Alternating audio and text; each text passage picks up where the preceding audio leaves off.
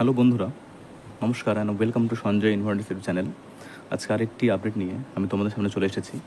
যে তোমরা যেমনটা জানো যে টেট 2023 এই রেজাল্ট কিন্তু খুব দ্রুততার সঙ্গে কাজ চলছে এবং সম্ভবত পুজোর আগে কিন্তু প্রকাশিত হওয়ার সম্ভাবনা একটা কিন্তু প্রবলভাবে রয়েছে।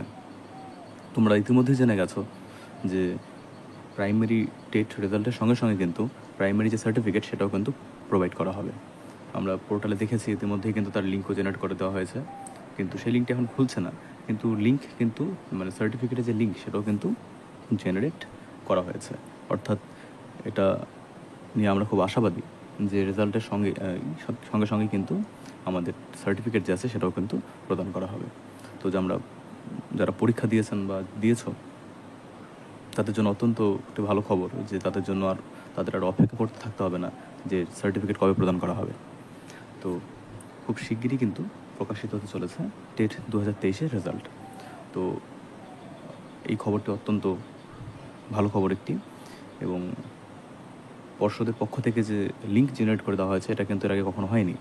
আমরা এর আগে বহু টেট দেখেছি, সেখানে কিন্তু সার্টিফিকেট নিয়ে যে একটা দ্বন্দ্ব বা একটা ডিলেমা থাকে, যে রেজাল্ট দেওয়ার পরেও কিন্তু বহুদিন ছাত্রছাত্রীদের অপেক্ষা করতে হতো বা ক্যান্ডিডেটদের যারা পাশ করে থাকেন তাদের সেই সার্টিফিকেট নেওয়ার জন্য।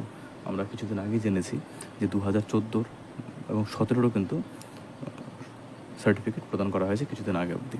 তাহলে ভাবুন ওনারা কতদিন আগে 2017-তে দিয়েছিলেন, তো তার সার্টিফিকেট কিন্তু এবং 2014 কিছু কিছু সার্টিফিকেট কিন্তু প্রোভাইড করা হয়েছে রিসেন্ট।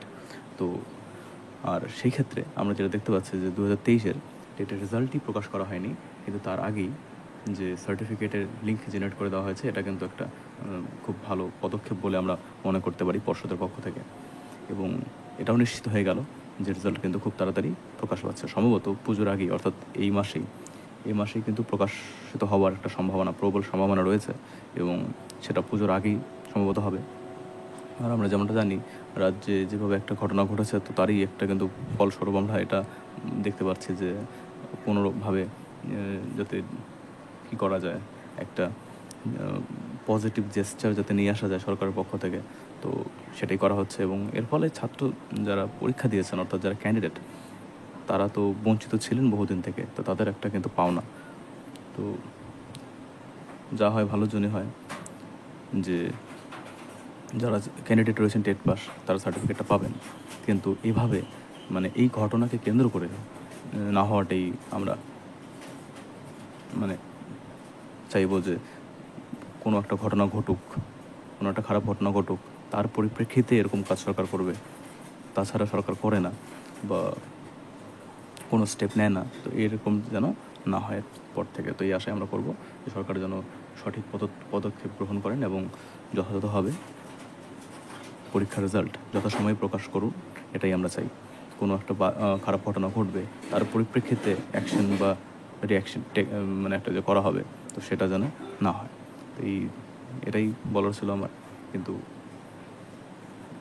যেহেতু 2024-এর টেটও ডিসেম্বরের দিকে হতে চলেছে, তার আগে তো প্রকাশিত হওয়ার একটা আমরা জানি নির্দেশ থাকে, যে মানে পর্ষদের পক্ষ থেকে জানানো হয়েছিল বা গাইডলাইন্স রয়েছে যে কোনো একটা নতুন টেট অনুষ্ঠিত হওয়ার আগেই কিন্তু পূর্ববর্তী যে টেট অনুষ্ঠিত হয়ে থাকে তার কিন্তু রেজাল্ট প্রকাশিত করতে হয়। তো সেই দিকটা দিয়ে বিচার করলে আমরা অবশ্যই সঠিকভাবেই সরকারও আগাচ্ছেন, যে পরীক্ষার আগে নতুন টেট নেওয়ার আগে তার আগেই পুরোনো টেটের রেজাল্ট তারা প্রকাশ করছেন।